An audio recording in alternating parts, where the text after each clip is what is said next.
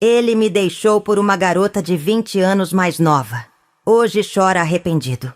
43 anos de casamento jogados no lixo por uma menina que poderia ser nossa neta. As palavras saíram da minha boca como lâminas afiadas, cortando o silêncio pesado da varanda onde me encontrava naquela tarde de dezembro em Gramado. O ar frio da Serra Gaúcha entrava pelos meus pulmões como uma punhalada, mas não doía tanto quanto a traição que havia descoberto 3 meses antes. Meu nome é Helena. Tenho 68 anos e até pouco tempo atrás acreditava que conhecia perfeitamente o homem com quem dividi mais de 4 décadas da minha vida. Mas antes, me fala aí, a vovó aqui, quer saber de qual cidade você está assistindo o nosso vídeo? E de qual estado? Comenta aí, vou ter o prazer de te responder. Agora vamos para a minha história. Era uma manhã comum de terça-feira quando meu mundo desabou. Eu estava organizando a correspondência na mesa da cozinha da nossa casa em Porto Alegre, quando encontrei um envelope cor-de-rosa escondido entre as contas de luz e telefone. O perfume doce que emanava do papel me fez franzir a testa. Não era meu. Definitivamente não era meu. Com as mãos tremendo, abri aquela carta que mudaria tudo. Meu amor, mal posso esperar pelos nossos encontros secretos. Você é tudo o que sempre sonhei em um homem. Assinado, Júlia, 22 anos. 22 anos. A mesma idade da nossa neta Isabela. Meu coração disparou como um motor desregulado. E por um momento, achei que fosse desmaiar ali mesmo, sobre os azulejos frios da cozinha que eu mesma havia escolhido quando reformamos a casa, 10 anos atrás. As lágrimas começaram a escorrer pelo meu rosto, quentes e salgadas, enquanto eu relia aquelas palavras que pareciam ter sido escritas em outro idioma, tão surreais quanto cruéis. Roberto havia saído cedo para o escritório, como sempre fazia há 40 anos. Era um homem metódico, pontual, que carregava sua pasta de couro marrom todos os dias, às 7:30 da manhã. Beijava minha testa distraidamente e dizia: "Até logo, querida", com a mesma entonação monótona de 4 décadas.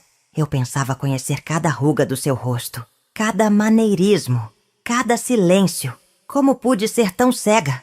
Como não percebi que aqueles plantões extras no escritório eram mentiras elaboradas? Como não notei que ele chegava em casa com o cheiro de outro perfume impregnado na camisa? Sentei na cadeira de balanço da varanda, a mesma onde embalei nossos 3 filhos quando eram bebês, e deixei as memórias me inundarem como uma enxurrada. Lembrei-me do dia em que nos conhecemos, em 1979, numa festa junina no centro de Porto Alegre. Ele tinha 25 anos, eu tinha 22, mesma idade da Júlia. A ironia me atingiu como um soco no estômago.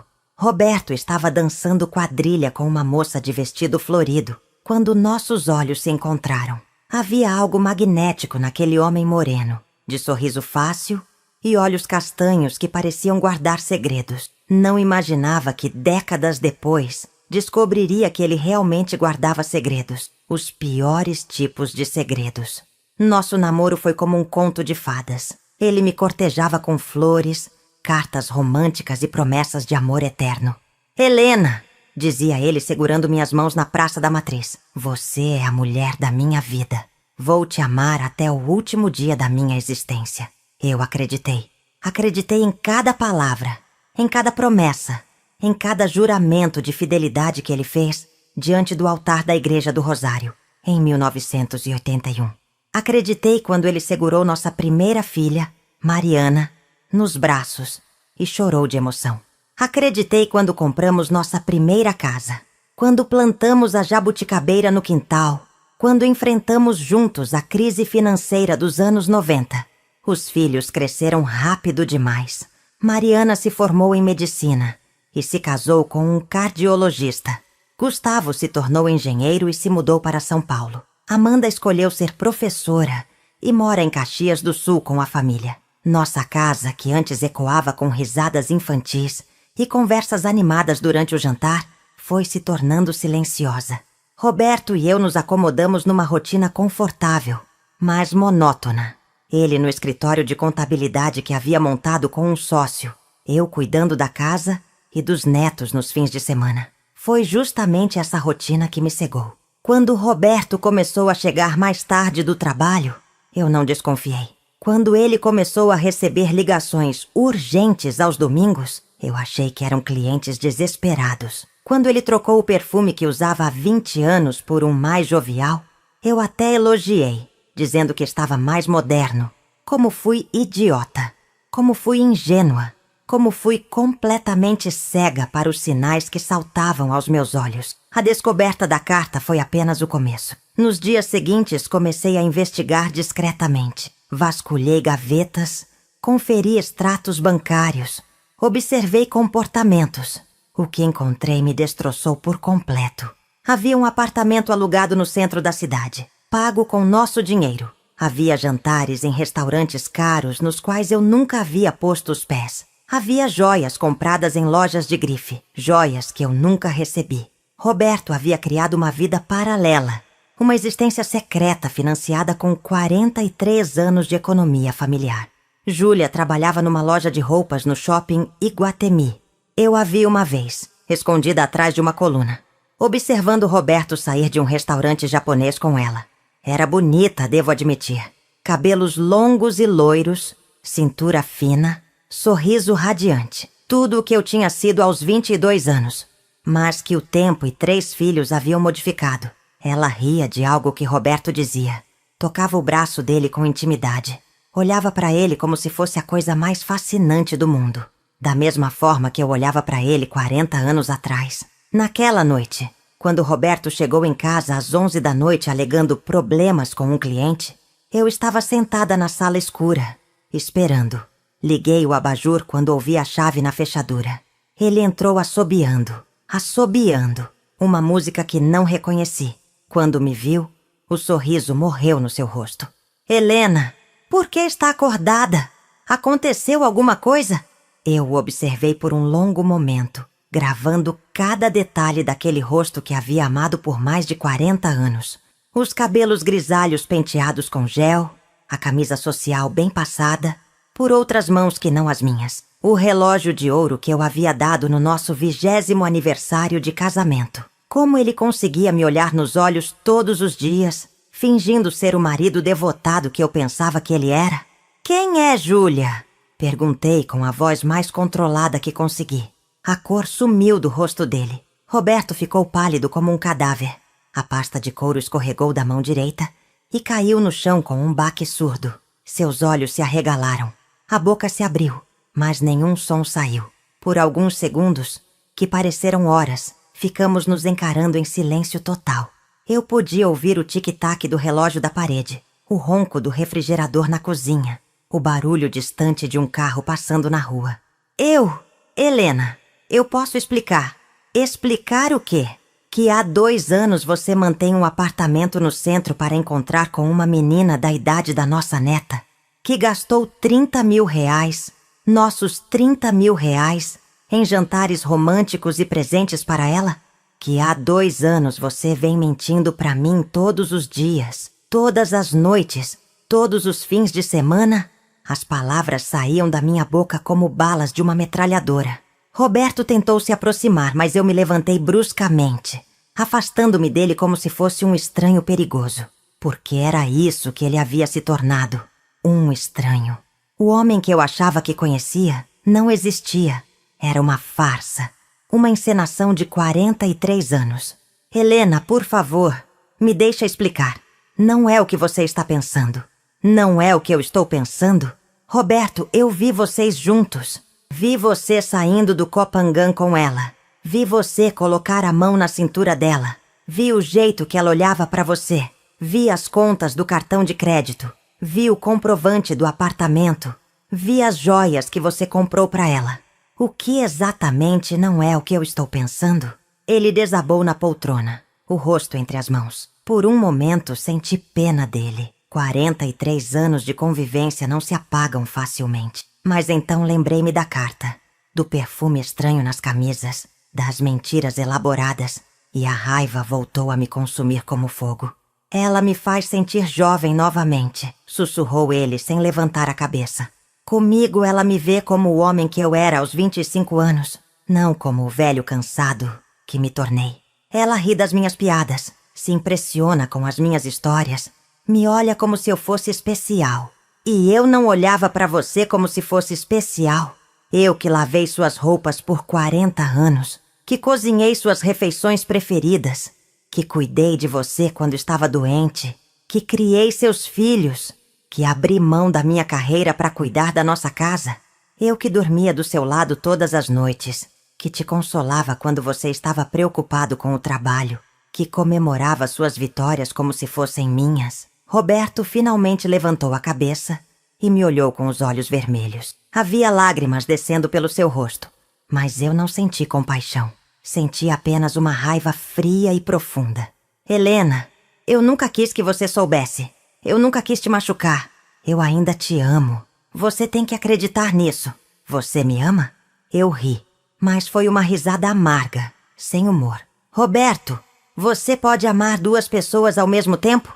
Você pode amar alguém e traí-la por 2 anos seguidos? Você pode amar alguém e usar o dinheiro que vocês juntaram juntos para manter outra pessoa? Ele tentou se explicar, criar justificativas, minimizar a traição. Falou sobre crise de meia-idade, sobre sentir-se velho e invisível, sobre precisar se sentir desejado novamente. Cada palavra era como sal numa ferida aberta. Como ele ousava me culpar pela traição dele? Como ousava sugerir que eu não o fazia se sentir amado e desejado? Naquela madrugada, Roberto foi dormir no quarto de hóspedes. Eu fiquei acordada até o amanhecer, sentada na nossa cama, que agora parecia enorme e fria, tentando processar 43 anos de mentiras. Ou teriam sido apenas 2 anos de mentiras depois de 41 anos verdadeiros? Essa pergunta me atormentava. Como distinguir entre o que havia sido real e o que havia sido encenação? Os dias seguintes foram um borrão de confrontos, lágrimas e decisões difíceis. Roberto implorava perdão, prometia terminar com Júlia, jurava que havia sido um erro terrível. Mas como confiar em alguém que havia mentido tão elaboradamente por tanto tempo? Como reconstruir um casamento sobre os escombros da traição? Nossos filhos ficaram sabendo através de Mariana, que notou a tensão durante um almoço de domingo. Gustavo voou de São Paulo no mesmo dia. Amanda chegou de Caxias do Sul com o marido e as crianças. A casa se encheu novamente de vozes, mas desta vez não eram risadas. Eram discussões acaloradas, choros abafados e silêncios constrangedores. "Mãe, o que a senhora vai fazer?" perguntou Amanda, segurando minha mão na cozinha, enquanto Roberto estava no escritório conversando com os filhos. Essa era a pergunta que me atormentava. O que uma mulher de 68 anos faz quando descobre que sua vida inteira foi construída sobre uma mentira? Como recomeça do zero depois de mais de 4 décadas com a mesma pessoa? Como enfrenta a solidão depois de tanto tempo acostumada com a companhia?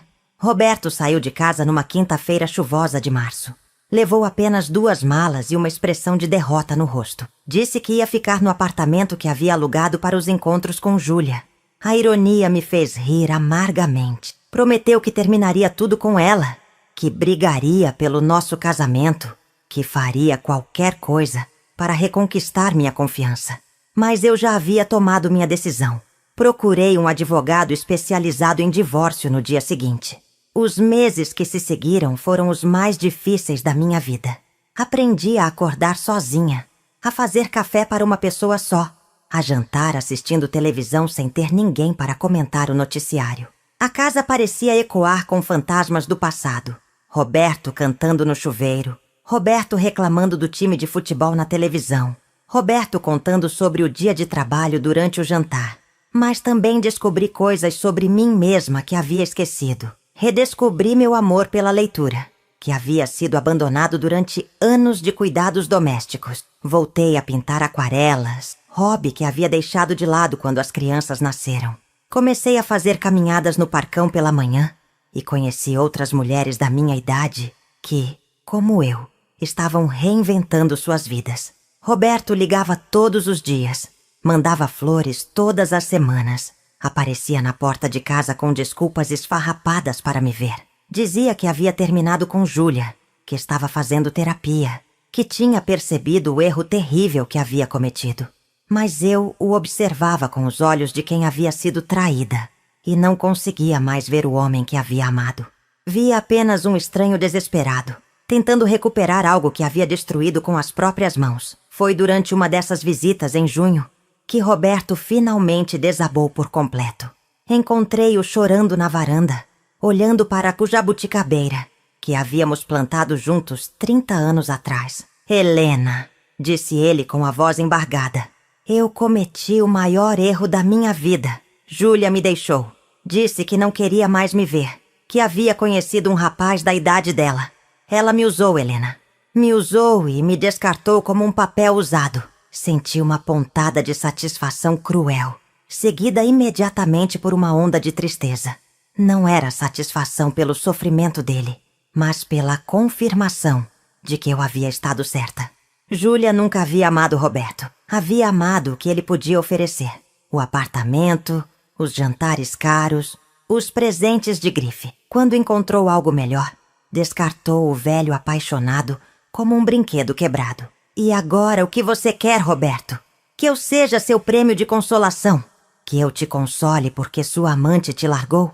Que eu cure suas feridas para que você possa sair procurando a próxima jovem que te faça se sentir especial? Ele me olhou com expressão de quem havia levado um tapa na cara. Talvez fosse a primeira vez em toda a nossa vida juntos que eu falava com ele de forma tão direta e cruel.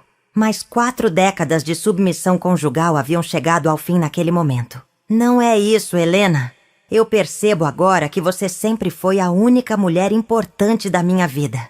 Que eu joguei fora 43 anos de felicidade por uma ilusão. Por favor, me dá mais uma chance. Olhei para aquele homem que havia compartilhado comigo quase meio século de vida. Vi as rugas ao redor dos olhos castanhos, os cabelos completamente brancos, as mãos manchadas pela idade. Vi o pai dos meus filhos, o homem que havia me consolado quando minha mãe morreu, que havia segurado minha mão durante os partos, que havia construído comigo uma família que julgávamos indestrutível. Mas também vi o homem que havia mentido para mim por 2 anos, que havia gasto nosso dinheiro com outra mulher, que havia me traído da forma mais cruel possível. Não apenas com o corpo, mas com promessas de amor que deveriam ter sido exclusivamente minhas. Vi um homem que havia me reduzido a uma opção de 2ª categoria, um porto seguro para quando a aventura acabasse. Roberto, disse eu com uma calma que me surpreendeu, quando você escolheu a Júlia, você fez uma escolha. Quando mentiu para mim todos esses dias, você fez uma escolha. Quando usou nosso dinheiro para manter outra mulher, você fez uma escolha. Agora eu vou fazer a minha. O divórcio foi finalizado em setembro. Roberto teve que vender o escritório para me pagar a parte que me cabia dos bens. Ficou apenas com um apartamento pequeno no centro e uma aposentadoria modesta. Eu fiquei com a casa, metade das economias e, mais importante, minha dignidade. Não vou mentir. Houve noites de solidão terrível, quando o silêncio da casa me sufocava e eu sentia saudades até mesmo das mentiras dele. Houve momentos em que quase peguei o telefone para aceitar suas súplicas de reconciliação. Mas toda vez que a saudade batia, eu lembrava da carta perfumada, do apartamento secreto, dos 2 anos de traição elaborada, e a força para seguir em frente voltava. Os filhos, inicialmente divididos sobre minha decisão, acabaram me apoiando. Mariana foi a primeira a entender. Mãe, a senhora merece ser feliz, merece ser a prioridade na vida de alguém, não a segunda opção. Gustavo demorou mais, mas finalmente admitiu que não conseguia mais respeitar o pai depois do que havia feito. Amanda ficou dividida por mais tempo, mas acabou compreendendo que eu havia tomado a decisão certa. Hoje, 1 ano depois, reconstruí minha vida de uma forma que não imaginava possível. Voltei a estudar. Estou fazendo um curso de História da Arte na Universidade Federal. Viajo com um grupo de amigas que conheci na academia de ginástica. Redescobri o prazer de tomar decisões sozinha, de acordar e não ter que consultar ninguém sobre meus planos para o dia. Roberto continua ligando esporadicamente. Agora mora num apartamento pequeno e trabalha meio período numa empresa de contabilidade. Diz que está fazendo terapia, que mudou completamente, que me ama mais do que nunca. Mas não é mais o mesmo tipo de ligação desesperada dos primeiros meses. É mais uma tentativa melancólica de reconexão com um passado que ele mesmo destruiu. Da última vez que conversamos, ele me confessou algo que me fez sentir uma mistura estranha de pena e satisfação. Helena, eu nunca me senti tão sozinho na minha vida. Acordo de manhã e não tenho ninguém para perguntar como dormiu. Janto sozinho assistindo televisão e não tenho ninguém para dividir as piadas do programa. Durmo sozinho numa cama fria e sonho que ainda estou casado com você. E como você acha que eu me senti durante os 2 anos em que você estava com ela? Respondi. Como acha que me senti quando descobri que o homem que dormia do meu lado todas as noites estava sonhando com outra mulher? Ele ficou em silêncio do outro lado da linha. Acho que foi a primeira vez que realmente entendeu a dimensão do que havia feito. Não sinto ódio por Roberto. O ódio é um sentimento que consome quem o sente. E eu escolhi não me deixar consumir. Mas também não sinto amor. O que sinto é uma espécie de nostalgia melancólica pelos 41 anos que foram reais, antes da traição. Uma saudade da mulher ingênua que eu era, que acreditava piamente nas promessas de amor eterno. Júlia, soube através de conhecidos comuns, está namorando um rapaz de 25 anos que conheceu numa festa universitária. Ela nunca procurou Roberto depois que o deixou. Para ela, ele foi apenas um capítulo passageiro, uma aventura com um homem mais velho que lhe proporcionou algumas experiências e presentes caros. Ela seguiu em frente sem olhar para trás, como fazem os jovens que ainda acreditam ter todo o tempo do mundo pela frente. Às vezes me pergunto se Roberto realmente me amava durante todos aqueles anos, ou se eu também fui apenas uma conveniência, uma esposa dedicada que cuidava da casa e dos filhos, enquanto ele construía sua carreira. Talvez a traição não tenha começado com Júlia. Talvez tenha começado muito antes, com a acomodação, com o dar como certo que eu estaria sempre ali, disponível e devotada, não importando como ele me tratasse. Essa é uma pergunta que me atormenta nas madrugadas insones, quando as memórias do passado se misturam com as incertezas do futuro. Mas é uma pergunta sem resposta. E aprendi que nem todas as perguntas precisam ser respondidas para que possamos seguir em frente. O que aprendi neste 1 ano de reconstrução é que a traição não destrói apenas a confiança no outro. Destrói também a confiança em nós mesmas. Me fez questionar minha capacidade de julgamento, minha intuição feminina, minha percepção da realidade. Como pude viver 43 anos com alguém e não perceber que ele estava mentindo? Como pude ser tão cega para os sinais que, em retrospecto, parecem tão óbvios? Mas também aprendi que a força para recomeçar pode surgir dos lugares mais inesperados, que uma mulher de 68 anos pode reinventar sua vida completamente, que a solidão pode ser libertadora quando é uma escolha, não uma imposição, que o amor próprio é mais importante que o amor de qualquer outra pessoa. Meus netos me veem de forma diferente agora. Não sou mais apenas a vovó Helena que fazia biscoitos e contava histórias. Sou uma mulher que tomou uma decisão difícil e corajosa, que escolheu sua dignidade acima da segurança financeira e social. Isabela, nossa neta mais velha, me disse recentemente: Vó, a senhora é minha inspiração. Espero ter sua coragem quando eu crescer. É engraçado como a vida nos surpreende. Eu que sempre fui a esposa submissa, a mãe dedicada, a mulher que evitava conflitos e priorizava a harmonia familiar acima de tudo, me tornei um exemplo de coragem e independência para as mulheres mais novas da minha família. Roberto perdeu mais do que uma esposa quando me traiu. Perdeu o respeito dos filhos, a admiração dos netos, o lugar que ocupava na nossa família. Perdeu a casa que construímos juntos, as memórias que havíamos criado, o futuro que havíamos planejado. Perdeu a companheira que o conhecia melhor que ele mesmo, que sabia exatamente como consolá-lo quando estava triste e como celebrar com ele quando estava feliz. Mas, principalmente, perdeu a chance de envelhecer com dignidade ao lado de alguém que realmente o amava. Porque Júlia nunca o amou. Amou o que ele representava: estabilidade financeira, experiência, maturidade. Quando encontrou essas características num pacote mais jovem e atraente, descartou Roberto sem remorso. Eu o amava. Amava seus defeitos, suas manias, suas imperfeições. Amava o jeito que ele cantava desafinado no chuveiro, como reclamava do trânsito todos os dias, como ficava orgulhoso demais quando nosso time de futebol ganhava. Amava o homem real, imperfeito, com rugas e manchas de idade. Júlia se apaixonou por uma versão idealizada, rejuvenescida, financeiramente estável dele.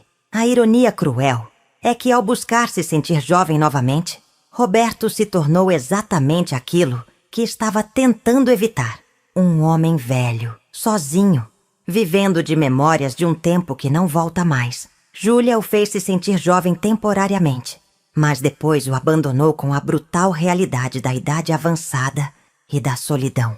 Hoje, enquanto escrevo estas memórias na varanda da nossa antiga casa, que agora é só minha, observo a jabuticabeira que plantamos há 30 anos. Ela está carregada de frutos, mais bonita e produtiva do que nunca. Me vejo nessa árvore, amadurecida, forte, capaz de dar frutos doces, mesmo depois de atravessar tempestades. Roberto me liga de vez em quando, geralmente tarde da noite, quando a solidão do apartamento pequeno deve ficar insuportável. Sua voz soa cansada, derrotada. Ele repete sempre as mesmas coisas: que me ama, que cometeu um erro terrível, que faria qualquer coisa para voltar no tempo. Mas o tempo não volta, e algumas escolhas são irreversíveis. Helena, disse ele na última ligação, eu entreguei tudo por uma ilusão. Traquei 43 anos de amor verdadeiro por 2 anos de mentiras. Sou o homem mais idiota do mundo.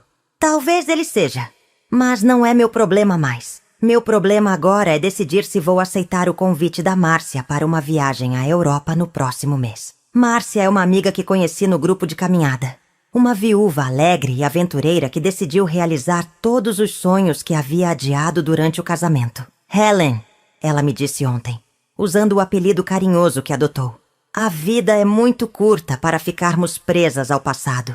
Vamos conhecer Paris, Roma, Londres. Vamos ser turistas malucas e tomar vinho italiano até não aguentar mais. A ideia me assusta e me emociona ao mesmo tempo. Nunca viajei sem Roberto. Nunca tomei uma decisão tão importante sem consultar ninguém. Mas talvez seja exatamente por isso que devo aceitar. Para provar para mim mesma que posso ser feliz sozinha. Que posso criar novas memórias que não estejam contaminadas pela traição. Às vezes, quando estou regando as plantas do jardim ou preparando o café da manhã, me pego cantando. É algo que não fazia há anos, talvez décadas. Roberto sempre reclamava quando eu cantava. Dizia que eu desafinava. Agora canto sem me preocupar com a afinação, pelo simples prazer de ouvir minha própria voz ecoando pela casa. A música que mais gosto de cantar é Como uma Onda, do Lulu Santos. Nada do que foi será de novo do jeito que já foi um dia. Tudo passa, tudo sempre passará. A letra me lembra que a dor da traição também vai passar, que este período de reconstrução é temporário, que a vida continua mesmo quando achamos que o mundo acabou. Roberto perdeu essa chance de renovação. Escolheu viver no passado, lamentando o que perdeu, tentando desesperadamente recuperar algo que ele mesmo destruiu. Eu escolhi viver o presente, construir um futuro diferente, me tornar uma versão melhor de mim mesma. Não sei se vou me relacionar amorosamente com alguém novamente. A ideia de confiar em outro homem depois de 43 anos de traição me assusta, mas também não descarto completamente a possibilidade. Talvez no futuro, quando as feridas estiverem completamente cicatrizadas, eu possa me permitir amar novamente. Mas dessa vez será diferente. Dessa vez não vou abrir mão da minha identidade, dos meus sonhos, da minha independência por ninguém. Por enquanto, estou aprendendo a me amar. Estou descobrindo que sou mais forte do que imaginava, mais corajosa do que acreditava, mais interessante do que Roberto me fazia sentir. Estou redescobrindo a Helena que existia antes do casamento, antes da maternidade, antes de décadas de submissão conjugal. Esta Helena mais velha, mais sábia, mais independente, não teria aceitado ser traída em silêncio. Não teria fingido que estava tudo bem para manter as aparências sociais. Não teria sido o prêmio de consolação de ninguém. Ela teria feito exatamente o que fiz. Escolhido sua dignidade acima de qualquer outra coisa. Quando Roberto chora ao telefone, pedindo mais uma chance, eu sinto pena dele. Mas é o mesmo tipo de pena que sinto por qualquer pessoa que fez escolhas ruins e agora está lidando com as consequências. Não é o tipo de pena que me faria abrir minha porta, meu coração, minha vida para ele novamente. Ele escolheu Júlia quando eu ainda era uma opção viável. Escolheu a mentira quando a verdade ainda podia nos salvar. Escolheu a traição quando eu ainda confiava nele cegamente. Agora quer que eu o escolha quando ele não tem mais alternativa. Quando Júlia o rejeitou. Quando está sozinho e arrependido. Mas o amor não funciona assim. O amor verdadeiro não é um prêmio de consolação. Não é a opção que restou quando todas as outras falharam. É uma escolha diária. Um comprometimento constante. Uma decisão de priorizar a pessoa amada acima das próprias vaidades e desejos egoístas. Roberto nunca entendeu isso. Para ele, o amor era uma sensação, não uma ação. Era algo que se sentia, não algo que se praticava diariamente através de pequenos gestos de respeito, fidelidade e consideração. Quando parou de sentir amor por mim, da forma intensa dos primeiros anos de casamento, achou que isso justificava procurar essa sensação em outro lugar. O que ele não compreendeu é que o amor maduro é diferente da paixão juvenil. É mais profundo, mais estável, mais verdadeiro. É o amor que te faz segurar a mão da pessoa quando ela está doente. Que te faz rir das mesmas piadas pelo milionésimo vez. Que te faz escolher ficar em casa cuidando dela em vez de sair com os amigos. É o amor que cresce com as rugas, que se aprofunda com as experiências compartilhadas, que se fortalece com as dificuldades superadas junto. Júlia ofereceu a Roberto a ilusão da juventude perdida, a fantasia de ser novamente o homem irresistível de 25 anos. Mas era exatamente isso, uma ilusão, uma encenação temporária que custou muito caro e não trouxe a felicidade prometida. Quando ela o descartou, Roberto se viu confrontado com a realidade brutal. Ele era um homem de 65 anos, sozinho, desprezado pelos filhos, rejeitado pela esposa, sem a família que havia levado décadas para construir. A tragédia de Roberto não é ter sido traído por Júlia. A tragédia é ter traído a si mesmo, ter abandonado tudo o que realmente importava em troca de uma fantasia adolescente. Ele tinha ao seu lado uma mulher que o amava incondicionalmente, filhos que o respeitavam, netos que o admiravam. Uma vida construída com muito amor e dedicação. Jogou tudo isso fora por 2 anos de ilusão. Agora, quando me liga chorando, tentando me convencer de que mudou, que aprendeu, que nunca mais faria isso, eu ouço a voz de um homem quebrado, tentando desesperadamente consertar algo que ele mesmo destruiu com martelo. Mas algumas coisas, uma vez quebradas, não podem ser consertadas. Podem ser substituídas por algo novo, mas nunca voltarão a ser exatamente como eram antes. Nosso casamento morreu no dia em que ele escolheu Júlia. O que ele quer agora é ressuscitar um cadáver. E isso é impossível. Eu não sou mais a Helena que o perdoaria por qualquer coisa, que fecharia os olhos para suas falhas por amor. Sou uma mulher diferente, mais forte, mais consciente do meu valor, menos disposta a aceitar migalhas de amor. Na semana passada, enquanto organizava alguns álbuns de fotos antigos, encontrei nossa foto de casamento. Éramos tão jovens, tão esperançosos, tão cheios de planos e sonhos. Roberto estava elegante no seu terno preto. Eu radiante no vestido de noiva que havia economizado 1 ano para comprar. Nossos olhos brilhavam de felicidade genuína, de amor puro, de promessas sinceras. Por um momento senti uma pontada de nostalgia dolorosa. Chorei por aqueles jovens ingênuos que acreditavam que o amor era suficiente para superar qualquer obstáculo. Chorei pelo futuro que havíamos planejado. e que nunca se concretizou. Chorei pela mulher que fui durante mais de 40 anos e que morreu junto com o casamento. Mas então olhei no espelho e vi a mulher que sou hoje. Mais velha, sim, mas também mais sábia. Mais marcada pelas experiências, mas também mais autêntica. Mais sozinha, mas também mais livre. E me dei conta de que não trocaria essa Helena madura e independente pela Helena jovem e submissa da foto. A traição de Roberto, por mais dolorosa que tenha sido, me libertou de uma prisão que eu nem sabia que existia. A prisão das expectativas sociais, do papel de esposa devotada, da necessidade constante de agradar e nunca decepcionar. Durante décadas, moldei minha personalidade para complementar a dele. Abandonei meus sonhos para apoiar os dele. Me tornei uma sombra do homem que achava que amava. Agora, pela primeira vez desde os 22 anos, posso ser simplesmente Helena. Não a esposa do Roberto, não a mãe da Mariana, do Gustavo e da Amanda. Não a avó da Isabela e dos outros netos. Apenas Helena, com seus próprios interesses, opiniões, desejos e ambições. Esta descoberta é simultaneamente aterrorizante e libertadora. Aterrorizante porque significa assumir total responsabilidade pela minha felicidade, sem poder culpar mais ninguém pelas minhas escolhas. Libertadora porque significa que posso fazer qualquer escolha, ir para qualquer lugar, ser qualquer pessoa que eu decida ser. Roberto perdeu esse direito quando escolheu viver uma mentira. Agora está preso nas consequências das próprias ações, amargurado pelo arrependimento, limitado pela culpa. Enquanto eu me expando, exploro novas possibilidades, descubro novos aspectos de mim mesma. Ele se contrai, se diminui, se lamenta. Às vezes sinto que nossa situação é quase shakespeariana na sua ironia. Ele, que buscou a juventude, se tornou um homem prematuramente envelhecido pelo peso do remorso. Eu, que fui abandonada por ser velha demais, me sinto mais jovem e vibrante do que me sentia em décadas. Meus filhos notaram essa mudança. Mariana me disse recentemente: "Mãe, a senhora está diferente." Mas eu não sei como explicar. Mais ela mesma. Gustavo, sempre mais direto, foi mais específico. "Mãe, a senhora está brilhando de uma forma que eu nunca vi."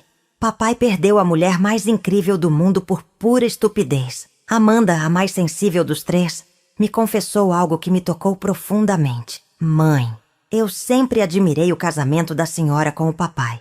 Vocês pareciam tão unidos, tão apaixonados depois de tanto tempo. Quando descobri a traição, fiquei devastada. Não só pela senhora, mas porque perdi minha referência de amor verdadeiro. Agora, vendo como a senhora está lidando com tudo isso, tenho uma nova referência. A força de uma mulher que se recusa a ser vítima." Essas palavras dos meus filhos valem mais do que qualquer pedido de desculpas que Roberto possa fazer. Elas me mostram que minha decisão de não aceitar a traição passivamente não afetou apenas a mim, mas serviu de exemplo para a geração seguinte. Minhas filhas e noras sabem agora que não precisam aceitar desrespeito em nome do amor. Meus filhos homens sabem que suas ações têm consequências reais e irreversíveis. Roberto, na sua busca desesperada por reconciliação, tentou usar os filhos como intermediários. Pediu para eles me convencerem a dar mais uma chance. Argumentou que a família estava quebrada por causa da minha inflexibilidade. Foi um erro estratégico terrível. Os filhos, que inicialmente sentiram pena dele, ficaram indignados com essa tentativa de manipulação emocional. Gustavo foi particularmente duro. "Pai, o senhor traiu nossa mãe durante 2 anos. Gastou o dinheiro da família com sua amante. Mentiu para todos nós. E agora quer que a gente convença ela a perdoá-lo? O senhor perdeu o direito de pedir qualquer coisa no dia em que escolheu a Júlia." Essa rejeição dos filhos talvez seja o preço mais alto que Roberto está pagando pela traição. Homem sempre vaidoso, que se orgulhava de ser respeitado pela família, agora se vê desprezado pelas pessoas que mais amava depois de mim. É uma punição que eu jamais poderia ter imposto, mas que ele mesmo criou através das próprias ações. Júlia, por sua vez, desapareceu completamente das nossas vidas após o término com Roberto. Nunca tentou me procurar para se explicar ou pedir desculpas. Não que eu fosse aceitar ou que ela me devesse qualquer coisa. Ela era solteira, livre para se relacionar com quem quisesse. A responsabilidade pela traição era inteiramente de Roberto, que tinha compromissos comigo. Mas confesso que sinto uma curiosidade mórbida sobre ela. Será que ela sabia que Roberto era casado? Será que se importava? Será que realmente acreditava que ele me deixaria por ela? Ou sempre soube que era apenas uma aventura passageira? Será que sente algum remorso por ter sido parte da destruição de uma família? Essas perguntas nunca serão respondidas. E talvez seja melhor assim. Júlia é apenas uma figura secundária nesta história. O protagonista sempre foi Roberto, com suas escolhas, suas mentiras, suas justificativas egoístas. Ela foi apenas o catalisador que revelou quem ele realmente era, por trás da fachada de marido devotado. Durante os primeiros meses após a separação, eu odiava Júlia mais do que Roberto. Era mais fácil culpar a outra do que enfrentar a realidade de que o homem que eu amava havia escolhido conscientemente me trair. Mas com o tempo, compreendi que ela não me devia fidelidade. Quem me devia era Roberto, e ele falhou miseravelmente. Hoje, 1 ano e meio depois da descoberta da traição, posso dizer que sou genuinamente feliz pela primeira vez em décadas. Não é a felicidade ingênua da juventude, baseada em expectativas românticas. É uma felicidade madura, construída sobre autoconhecimento, independência e paz interior. Aceitei o convite da Márcia para a viagem à Europa. Passamos 3 semanas incríveis visitando Paris, Roma, Barcelona e Londres. Foi minha primeira viagem internacional, algo que sempre sonhei fazer, mas que Roberto sempre adiava por motivos financeiros. Os mesmos motivos financeiros que não o impediram de gastar 30 mil reais com Júlia. Em Paris, sentada num café na Champs-Élysées, tomando vinho e observando as pessoas passarem, tive uma epifania. Percebi que estava vivendo exatamente como sempre quis viver. Livre para fazer escolhas espontâneas, para descobrir novos lugares, para ser uma mulher independente no mundo. Roberto havia sido uma barreira para essa versão de mim, não um facilitador. Durante todos aqueles anos de casamento, sempre que eu sugeria uma viagem, um curso, uma mudança na rotina, ele encontrava motivos para nos mantermos na zona de conforto. Dizia que era por questões práticas, financeiras, familiares. Agora entendo que era por medo de que eu descobrisse como era capaz de ser feliz sem ele. Quando voltei da Europa, Roberto me ligou no mesmo dia. Alguém havia contado para ele sobre minha viagem. Provavelmente um dos filhos, tentando fazê-lo entender que eu estava seguindo em frente. Helena, disse ele com a voz embargada. Soube que você viajou para a Europa. Sempre sonhamos em fazer essa viagem juntos. Doeu saber que você foi com uma amiga em vez de esperar para irmos juntos quando nos reconciliarmos. A presunção contida nessa frase me deixou simultaneamente irritada e divertida. Mesmo depois de tudo o que havia acontecido, ele ainda acreditava que nossa reconciliação era uma questão de tempo, não uma impossibilidade. Roberto, respondi calmamente, eu não vou esperar por você nunca mais. Durante 43 anos, esperei você chegar do trabalho. Esperei você decidir onde iríamos jantar. Esperei você ter vontade de viajar. Esperei você se interessar pelas coisas que me interessavam. Esperei tanto que quase me esqueci de quem eu era, além de sua esposa. Não vou desperdiçar o tempo que me resta, esperando por alguém que provou não me merecer. Ele ficou em silêncio do outro lado da linha. Talvez tenha sido a primeira vez que realmente compreendeu a dimensão do que havia perdido. Não apenas uma esposa, mas uma companheira que havia moldado toda a sua vida em torno dele, que havia sacrificado seus próprios sonhos para apoiar os dele. Você mudou, Helena, disse ele finalmente. Não é mais a mulher com quem me casei. Você está certo, respondi. Eu mudei. Me tornei a mulher que sempre fui por baixo da esposa submissa que você queria que eu fosse. E sabe de uma coisa? Gosto muito mais desta versão de mim. Essa conversa marcou um ponto de virada na minha jornada de reconstrução. Percebi que não apenas havia me libertado de Roberto, mas havia me libertado da necessidade da sua aprovação, do seu amor, da sua presença na minha vida. Pela primeira vez desde a descoberta da traição, Não senti nem raiva nem tristeza ao falar com ele. Senti apenas indiferença. A indiferença é o verdadeiro oposto do amor, não o ódio. O ódio ainda é uma forma de conexão emocional intensa. A indiferença é a ausência completa de investimento emocional. É o estado ao qual chegamos quando alguém simplesmente para de importar para nossas vidas. Roberto ainda não chegou lá em relação a mim. Suas ligações constantes, suas tentativas de reconciliação, sua recusa em aceitar que nosso casamento acabou, provam que ainda está emocionalmente investido. Mas eu cheguei. Ele se tornou irrelevante para minha felicidade. Meus planos, meus sonhos futuros. Essa indiferença me trouxe uma paz que não experimentava há muito tempo. Não acordo mais com o estômago embrulhado pensando na traição. Não me deito mais com o coração apertado de saudade dos bons momentos do nosso casamento. Não passo mais horas analisando onde erramos. O que poderia ter sido diferente? Se existiram sinais que ignorei. Roberto se tornou parte do meu passado, como a escola onde estudei ou o primeiro emprego que tive. Importante para moldar quem me tornei, mas irrelevante para quem escolho ser daqui para frente. Esta evolução emocional não aconteceu da noite para o dia. Foi um processo longo, doloroso, cheio de recaídas e momentos de fraqueza. Houve noites em que quase cedi às suas súplicas, manhãs em que acordei com saudade da nossa rotina antiga, tardes em que me peguei ensaiando um discurso de reconciliação. Mas a cada vez que me sentia tentada a voltar atrás, lembrava da carta perfumada, das mentiras elaboradas, dos 2 anos de traição consciente. Lembrava que Roberto não havia cometido um erro impulsivo numa noite de bebedeira. Havia mantido uma vida dupla durante 2 anos, olhando nos meus olhos todas as noites e mentindo conscientemente. Esse foi o aspecto mais doloroso de toda a situação. Não a traição sexual, mas a traição emocional. O fato de que, durante 2 anos, quando eu pensava que estava compartilhando minha vida com meu melhor amigo e companheiro, ele estava pensando em outra mulher. Quando eu contava sobre meu dia, ele estava desejando estar em outro lugar. Quando eu demonstrava afeto, ele estava fingindo reciprocidade. A Júlia teve o Roberto apaixonado, entusiasmado, presente.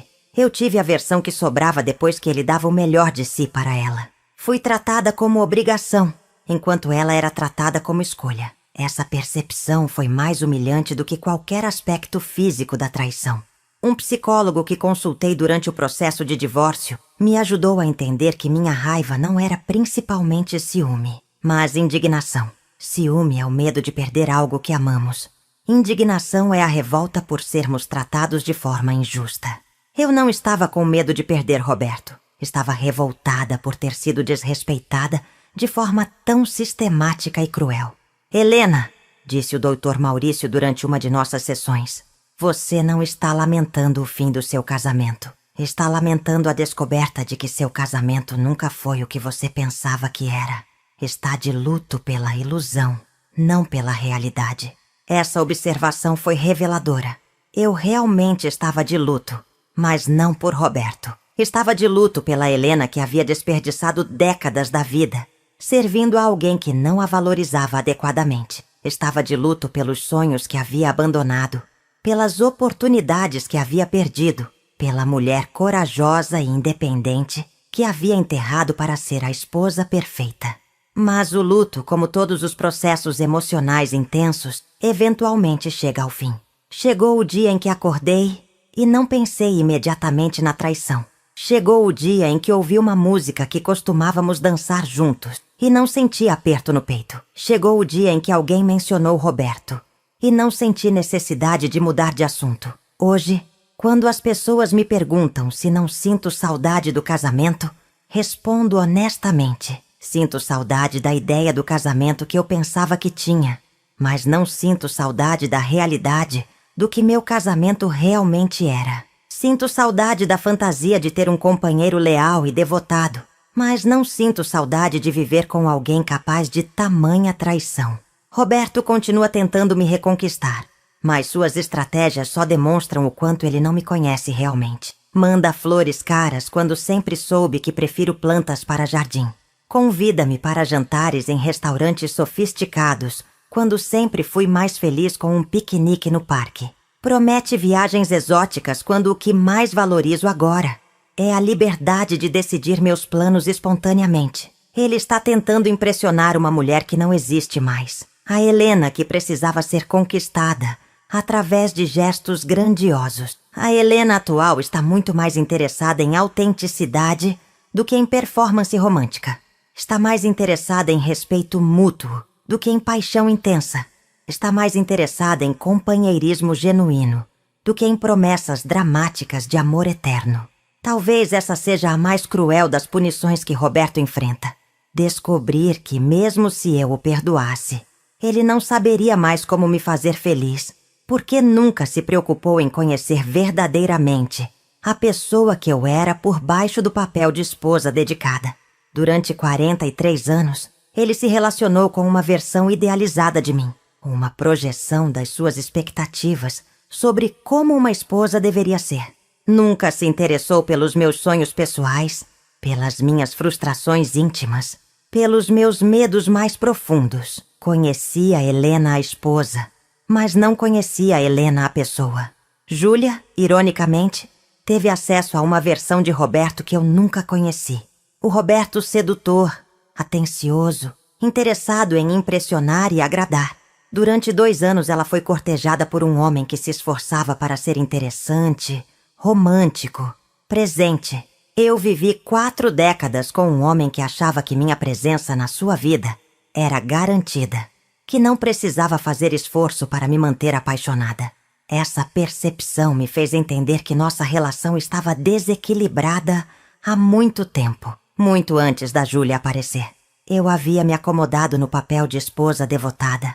Ele havia se acomodado no papel de marido que não precisava mais conquistar a esposa. Ambos paramos de investir no nosso relacionamento, mas apenas um de nós procurou excitação em outro lugar. A diferença é que eu canalizei minha energia para a família, para os filhos, para a casa. Roberto canalizou a dele para uma fantasia extraconjugal. Eu escolhi a lealdade mesmo na monotonia. Ele escolheu a traição em busca de novidade. Agora, na solidão do seu apartamento pequeno, Roberto está descobrindo que a novidade também se torna rotina. Júlia o deixou quando encontrou algo ainda mais novo. O próximo relacionamento dele, se houver, também passará pela mesma curva, descendente do interesse inicial para a acomodação. A diferença é que, desta vez, ele não terá uma esposa leal esperando em casa quando até a aventura acabar. Essa é a tragédia dos homens que traem. Eles destroem a única coisa realmente valiosa que tinham. Um amor incondicional, em busca de algo que é, por natureza, temporário e superficial. Trocam o ouro pela purpurina, o diamante pelo vidro colorido. Eu era o ouro. 43 anos de fidelidade, dedicação, apoio incondicional, amor genuíno. Roberto trocou isso por 2 anos de purpurina com Júlia. Quando a purpurina perdeu o brilho, ele quis o ouro de volta. Mas o ouro, uma vez jogado fora, raramente pode ser recuperado. A última vez que Roberto veio à nossa antiga casa, agora minha casa, foi no mês passado, no aniversário de morte da minha mãe. Ele sabia que era uma data difícil para mim e apareceu com flores e uma desculpa sobre querer me consolar. Foi um gesto calculadamente manipulativo que me fez perder definitivamente qualquer resquício de respeito que ainda pudesse ter por ele. «Roberto», disse eu parada na soleira da porta, sem convidá-lo a entrar. «Você perdeu o direito de me consolar no dia em que escolheu ser a fonte da minha dor. Não preciso da sua compaixão. Preciso da sua ausência». Ele tentou argumentar. Disse que ainda me amava, que queria cuidar de mim, que éramos uma família. Mas suas palavras soaram ocas, ensaiadas, como um discurso de vendedor tentando empurrar um produto que ninguém quer comprar. Nós não somos uma família, Roberto. Você destruiu nossa família quando escolheu a Júlia. Você não me ama. Você ama a ideia de ter-me de volta porque perdeu sua segunda opção. Eu não sou seu plano B. Essa foi a última conversa que tivemos pessoalmente. Ele ainda liga ocasionalmente, mas nossas conversas são cada vez mais breves e espaçadas. Acho que finalmente está começando a entender que não há volta, que algumas pontes, uma vez queimadas, não podem ser reconstruídas. Os filhos me dizem que ele está envelhecendo rapidamente. Gustavo me contou que o pai parece ter ganhado 10 anos em um, que está com a saúde debilitada, que passa a maior parte do tempo sozinho no apartamento pequeno. Sinto pena, mas não é o tipo de pena que me faria abrir minha porta novamente. Roberto fez suas escolhas consciente das possíveis consequências. Quando decidiu trair, sabia que estava arriscando nosso casamento. Quando decidiu mentir sistematicamente, sabia que estava minando qualquer possibilidade de confiança futura. Quando decidiu gastar nosso dinheiro com Júlia, sabia que estava desrespeitando décadas de parceria financeira. Ele apostou que conseguiria manter os 2 relacionamentos indefinidamente, ou que eu seria complacente demais para tomar uma atitude drástica se descobrisse. Perdeu a aposta. Agora está pagando o preço. E não é minha responsabilidade minimizar as consequências das escolhas dele. Eu, por outro lado, estou colhendo os frutos das minhas escolhas corajosas. Escolhi minha dignidade sobre a segurança financeira. Escolhi a verdade sobre a ilusão de um casamento feliz. Escolhi a solidão consciente sobre a companhia de alguém que não me respeitava. E essas escolhas me trouxeram uma paz e uma autenticidade que não experimentava há décadas. Na próxima semana começarei um curso de italiano. Sempre quis aprender, mas Roberto achava que era perda de tempo. Também me inscrevi num grupo de teatro para pessoas da terceira idade. Descobri que tenho talento para interpretação. Talvez todos aqueles anos fingindo que estava tudo bem no meu casamento tenham sido um treinamento involuntário. Minha vida está cheia de possibilidades pela primeira vez em décadas.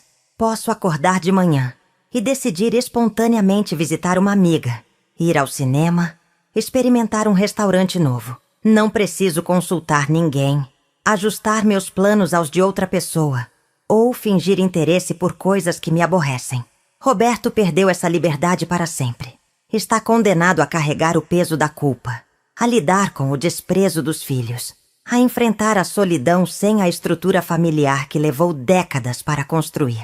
Mais importante, perdeu a possibilidade de envelhecer com dignidade ao lado de alguém que realmente o amava. Às vezes, quando estou particularmente feliz, regando minhas plantas, lendo um livro interessante, conversando com uma amiga, me lembro de que Roberto perdeu o direito de compartilhar esses momentos simples, mas preciosos comigo. Ele escolheu 2 anos de ilusão, em vez de décadas de felicidade genuína ainda por vir. Essa é a verdadeira medida do que ele perdeu. Não apenas o que tivemos no passado, mas tudo o que poderíamos ter tido no futuro. Viagens que faríamos juntos, netos que veríamos crescer lado a lado, a cumplicidade de um casal que envelheceu junto, as memórias que ainda criaríamos. Tudo isso foi sacrificado num altar de vaidade masculina e fantasia juvenil. E o mais trágico é que Roberto só entendeu o valor do que havia perdido depois que foi tarde demais para recuperar. Hoje, enquanto termino de escrever estas memórias, olho pela janela e vejo a jabuticabeira carregada de frutos. Em algumas semanas colherei essas frutas e farei geleias para dar de presente para os filhos e netos. Roberto adorava minha geleia de jabuticaba. Dizia que era a melhor que já havia experimentado. Ele nunca mais provará minha geleia de jabuticaba. Nunca mais acordará com o cheiro do meu café pela manhã. Nunca mais chegará em casa e me encontrará esperando com o jantar pronto e um sorriso no rosto. Perdeu para sempre os pequenos prazeres domésticos que, somados, constituem a verdadeira felicidade de um casamento longo.